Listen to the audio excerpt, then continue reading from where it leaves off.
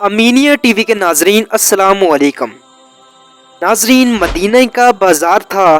گرمی کی شدت اتنی زیادہ تھی کہ لوگ نڈھال ہو رہے تھے۔ ایک تاجر اپنے ساتھ ایک غلام کو لیے ہوئے پریشان کھڑا تھا۔ غلام جو ابھی بچہ ہی تھا وہ بھی دھوپ میں کھڑا پسینہ پسینہ ہو رہا تھا۔ تاجر کا سارا مال اچھے داموں بک گیا تھا، بس یہ غلام ہی باقی تھا جسے خریدنے میں کوئی بھی دلچسپی نہیں لے رہا تھا۔ تاجر سوچ رہا تھا کہ اس غلام کو خرید کر شاید اس نے گھاٹے کا سودا کیا ہے۔ اس نے تو سوچا تھا کہ اچھا منافع ملے گا، لیکن یہاں تو اصل لاگت ملنا بھی دشوار ہو رہا تھا۔ اس نے سوچ لیا تھا کہ اب اگر یہ غلام پوری قیمت پر بھی بکا تو وہ اسے فوراً بیچ دے گا۔ ناظرین، مدینہ کی ایک لڑکی کی اس غلام پر نظر پڑی تو اس نے تاجر سے پوچھا کہ یہ غلام کتنے کا بیچو گے؟ تاجر نے کہا کہ میں نے اتنے میں لیا ہے اور اتنے ہی میں دوں گا۔ اس لڑکی نے بچے پر ترس کھاتے ہوئے اسے خرید لیا۔ تاجر نے بھی خدا کا شکر ادا کیا اور واپسی کی راہ لے لی۔ مکہ سے ابو حذیفہ مدینہ آئے تو انہیں بھی اس لڑکی کا قصہ معلوم ہوا۔ لڑکی کی رحم دلی سے متاثر ہو کر انہوں نے اس کے لیے نکاح کا پیغام بھیجا، جو اس نے قبول کر لیا۔ یوں واپسی پر وہ لڑکی، جس کا نام ثبیتہ بنت یار تھا، ان کی بیوی بن کر ان کے ہمراہ تھی، اور وہ غلام بھی مالکن کے ساتھ مکہ پہنچ گیا۔ ابو حذیفہ مکہ آ کر اپنے پرانے دوست عثمان ابن عفان سے ملے تو انہیں کچھ بدلا ہوا پایا اور ان کے رویے میں سرد مہری محسوس کی۔ انہوں نے اپنے دوست سے استفسار کیا کہ عثمان، کیا معاملہ ہو گیا ہے؟ تو عثمان بن عفان نے جواب دیا کہ میں نے اسلام قبول کر لیا ہے اور تم ابھی تک مسلمان نہیں ہوئے، تو اب ہماری دوستی کیسے چل سکتی ہے؟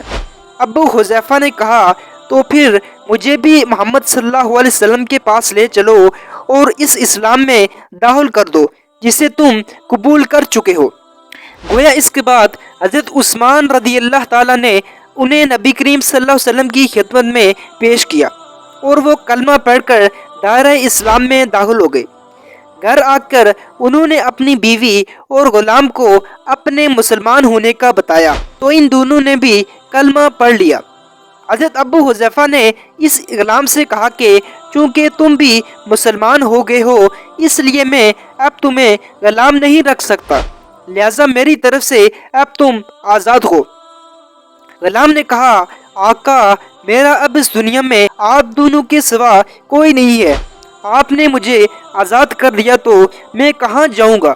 حضرت ابو حذیفہ رضی اللہ تعالیٰ نے اس غلام کو اپنا بیٹا بنا لیا اور اپنے پاس ہی رکھ لیا۔ غلام نے قرآن پاک سیکھنا شروع کر دیا اور کچھ ہی دنوں میں بہت سا قرآن یاد کر لیا، اور وہ جب قرآن پڑھتے تو بہت خوبصورت لہجے میں پڑھتے۔ ناظرین، ہجرت کے وقت نبی کریم صلی اللہ علیہ وسلم سے پہلے جن صحابہ نے مدینہ کی طرف ہجرت کی، ان میں حضرت عمر کے ساتھ ابو حذیفہ اور ان کا یہ پالک بیٹا بھی تھا۔ مدینہ پہنچ کر جب نماز کے لیے امام مقرر کرنے کا وقت آیا تو اس غلام کی خوبصورت تلاوت اور سب سے زیادہ قرآن حفظ ہونے کی وجہ سے انہیں امام چن لیا گیا، اور ان کی امامت میں حضرت عمر رضی اللہ تعالی عنہ جیسے جلیل قدر صحابی بھی نماز ادا کرتے تھے۔ مدینہ کے یہودیوں نے جب انہیں امامت کرواتے دیکھا تو حیران ہو گئے کہ یہ وہی غلام ہے جسے کوئی خریدنے کے لیے بھی تیار نہیں تھا۔ آج دیکھو کتنی عزت ملی کہ مسلمانوں کا امام بنا ہوا ہے۔ اللہ پاک نے انہیں میٹھی آواز سے نوازا تھا۔ جب قرآن پاک کی تلاوت فرماتے تو لوگوں پر ایک محویت طاری ہو جاتی اور راگیر رک کر سننے لگتے۔ ایک دفعہ حضرت عائشہ رضی اللہ تعالیٰ کو رسول اللہ صلی اللہ علیہ وسلم کے پاس حاضر ہونے میں دیر ہوئی تو آپ صلی اللہ علیہ وسلم نے اس کی وجہ پوچھی کہ آپ دیر سے کیوں آئی ہیں؟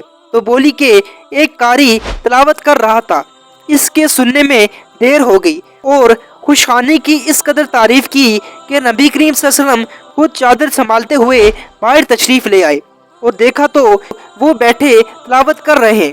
آپ صلی اللہ علیہ وسلم نے خوش ہو کر فرمایا، اللہ پاک کا شکر ہے کہ اس نے تمہارے جیسے شخص کو میری امت میں بنایا۔ ناظرین، کیا آپ جانتے ہیں کہ یہ خوش قسمت صحابی کون تھے؟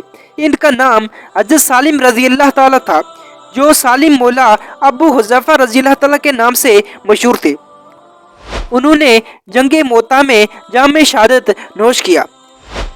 امید کرتا ہوں آپ کو اس ویڈیو میں بہت سی چیزیں جاننے کو ملی ہوگی۔ تب تک کے لیے اجازت دیجیے، اللہ حافظ۔